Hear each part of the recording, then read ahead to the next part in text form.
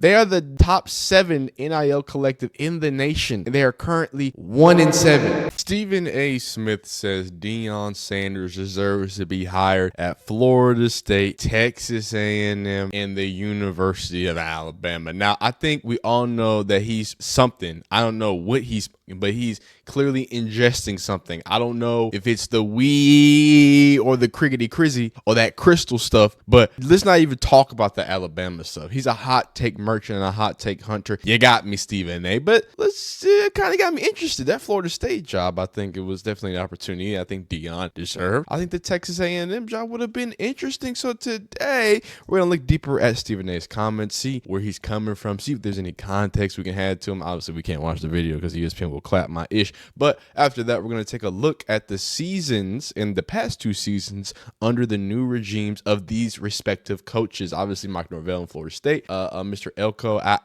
Texas A&M. This is his first year, though, so a little different grading we'll do there. And then, of course, prime time. You know what I'm saying? And we'll look at his coaching record, see what he's kind of cooking up, the turnaround after 1 year and 2 year, also 1 year and 2 year for Mike Norvell, see what those implants had. And then, most importantly, we're going to look at these boys' NIL money, because that's the most important context. We're going to see where Colorado, Texas A&M, and Florida State rank when it comes to the NIL, what they do with their resources, and have a phenomenal time. So please, if you enjoyed this video, leave a like on it. If you don't, dislike it. Bell Diner, leave a comment. Tell me who's your team for college football. And don't forget to subscribe, hit bell icons, do all that. All right, let's hop right into it. Like I said, he says they should have hired Coach Prime Time. All 3 of these schools. FSU didn't show up and got obliterated by Georgia in a bowl game, but they looked awful this year. They should have hired Prime Time at Florida State. His alma mater, they should have hired him at Texas A&M. The way Alabama's looking, I think they should have hired him at Alabama. That's crazy. Let's just get this. I just want to dispute this point. Kalen DeBoer is doing what we can look like a pretty decent job. You're coming off of the greatest coach in college football history. Y'all are 6-2. Like I think that's. I think y'all are going to be okay. I get it. Y'all are not a 2-loss team. Y'all lost a lot. You're out there starting high schoolers. Like, everyone thinks, oh, it's so cool, Ryan. What? They have to. They don't have anybody else that they can start. They're out of people. Everybody left. Everybody transferred or went to the draft. So, give him like a few years. Like, can we give a coach a few years? But continuing on, if you're gonna say that, Stephen A., let's get deeper into these comments. As we know, the Florida State Cinnamon Rolls are having an abysmal season so far. This is their what's it called? A record here. As you can see, shout out to this article here. And what they're saying is basically Florida State in the middle of an arguably the worst season in school history. And we looked at the stats. It's already top 5 worst seasons ever. And then the season's not even over. Just with the win total, the loss total that they have right now, it's already top 5 worst seasons in football school history. That's hilarious. 1-7 through 8 games with head coach Mike Norvell in the first year of an 8-year extension that pays him over $10 million annually. Some are feeling a little bit of buyer's remorse, and others are letting the hot takes fly. On Monday, ESPN Stephen A. made a bold claim in reference to the Seminoles while talking about Deion Sanders in Colorado on First Take. In his opinion, Florida State should have hired Sanders, who starred in Tallahassee, god dang, from 1985 to 88 instead of Norvell. They should have hired Prime Time as his alma mater, and obviously we already read that. What's it called? They should have hired in Alabama, which is just you're smoking crystal something. If anybody looks you in the eye and says Coach Primetime deserves to be at Alabama just because of a year at Colorado, because of a 4-8 year, I love Coach Prime. It's awesome. I see what I get it from Florida State. I get that. That's the alma mater. There's a connection there. Okay, he's talented. Texas A&M, maybe. They're looking for a spark. They're looking for something. Alabama? What? It just don't make sense. Can we give him crack? Anyway, looking back into history, Sanders wasn't even a head coach at the college level when Florida State tabbed Norvell to rebuild the program in December of 2019. But most importantly, And Florida State fans hate this, and this is probably going to be a lot of shade. Some people might not know this. Florida State people and fans hate Deion Sanders because of this little snafu of him trying to be the head coach, and then they went with Norvell instead. It's a whole thing. Okay, to rebuild the program in December 2019, at that point in time, the former NFL and MLB superstar had only spent less than a decade coaching at various high schools or prep schools in the state of Texas. He was unproven as a college coach. Okay.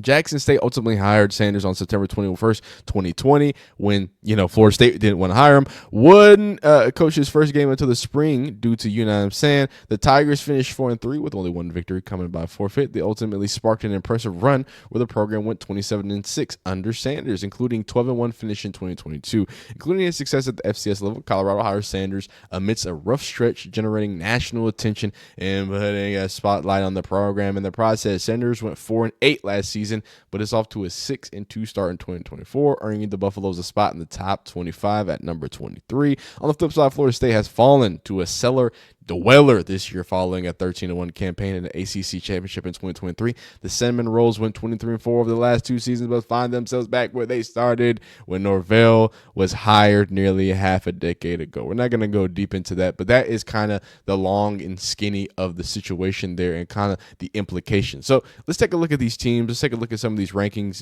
and see. We look at the top offenses, top defenses. Oh my God, Hyundai. Whoa, jeez. Just jump scared me. We don't see any of these teams there. Interesting. But we look at Florida State. Obviously, like we talked about, having a bit of a tumultuous season, but we got to go all the way back though. We can't just say one season. We have to look at another Norvell season. Okay, another Norvell season. Of course, 13-1. The only losses in the bowl game. Of course, you lose Travis Jordan. What is his name? I forgot. Travis Hunter. He goes down, and obviously that's a tough loss because that dude was a dog. And then the year beforehand, I want to do like a 3-year scope there. Then we have this 1, 2, 3. You only lose 3. Wait, that's 4 plus 1, 2, 3, 4, 5. So that's 9-3. Not terrible. I mean, that's not terrible. You go 9-3, and then you basically go undefeated in regular season at 12-1. That's some goodness gracious right there. I like that. But this season, obviously, we're kind of running at, and there's a really important reason why I'm bringing up these NIL collectives, because again, we got to add context. We got to show who has the resources to do what they got to do.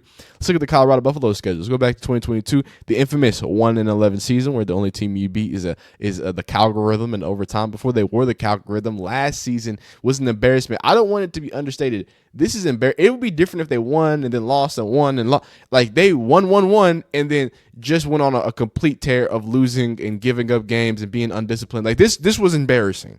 As if you're a Colorado fan, if you're a Deion person, so that's pretty embarrassing. But still, it's better than 1-11. So we do have to admit there.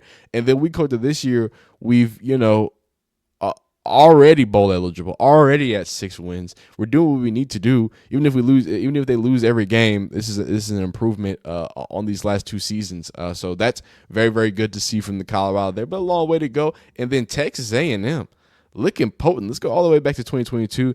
Rough season. Texas A&M, them Saggies, they be having a hard time. 2023, not bad. Up and down, left and right. This isn't terrible. Are we sure this isn't Elko's first year? I think this is Elko's second year. It's got to be. Elko, Texas A&M. This is his first year. Was named the head coach at Texas A&M on November 27th. Okay, yeah, so this is his first year. November 27th, 2023. What? Okay, they got Jimbo up out of there for that. Golly, I'm a Texas A&M hater, and I'm like, hey, they won a few games, and they even got to a bowl game. But whatever, get them out, they said out there in Texas A&M, and it seems to be paying off because these boys is moving in the right direction with multiple quarterbacks and handling a lot of business there. So I like to see that. I like to see these teams. Let's see where these teams are ranked currently when it comes to different things. How has these offenses and how have these coaches individually galvanized these teams? It's terrible in Florida State. I'm not gonna sugarcoat it. They're the worst ranked offense in the nation, one of the worst efficient offenses in the nation. It's all terrible. In Colorado, you got a bit of a mixed bag. Obviously, you have one of the top throwing offenses in the nation, top 10s, top 15s, top 30s everywhere. The defense is pretty mid, which in a good way, because last year the defense was absolutely atrocious. So good to see here. The red zone defense, they go from, like, they're usually every single year in red zone defense, they've been top 5. They've either been 5, 1, or 2. This is the first time I've seen them out of the top 5. So interesting, top 6, but still very impressive red zone defense at top 6, top 20 when it comes to a third down conversion. So a very, very potent team there, and I think a team that's a lot more defined and a lot more complete, this Colorado team, than I think any other Colorado team that we've seen before, any other team that we've seen Deion Sanders coach at a collegiate level. And then we go to the Elko boys, again, very middling, not in a bad way, but, mid here at 58-40 in points of play, number 70 in yards of play, number 44 in points a game, number 1 in red zone scoring. So big tie, probably at number 1 with 100%, but you'd love to see that. Snub top 16 when it comes to opponent third down conversion for Texas A&M. Red zone conversion could be a little better. They let them boys score when they get in there, but this is a great elite defense when it comes to ranking rushing statistics wise. Pretty decent as well when it comes to passing statistics wise. This offense is an elite rushing offense, top to mid tier there. So this is a very, very potent team. So I don't know if, I really don't think that, because just to close the chapter on Stephen A. Smith's point, they were going to add some context, because I think the context is extremely important to how good these teams are or not are, right? Like, Stephen A. Smith is a hot take hunter. If he wanted to be reasonable, he could just have Florida State. That's easy to say. They're having a bad season, yada, yada. I can do a told you so. Even if he's wrong, and I kind of think he's wrong, even though I think Deion deserved the record, but I disagree, because I think Colorado is doing such a good job that he needs to stay at Colorado. I know that sounds crazy, but he's actually building a culture there. He's building success there. Give him his 4 years and have a real team, right?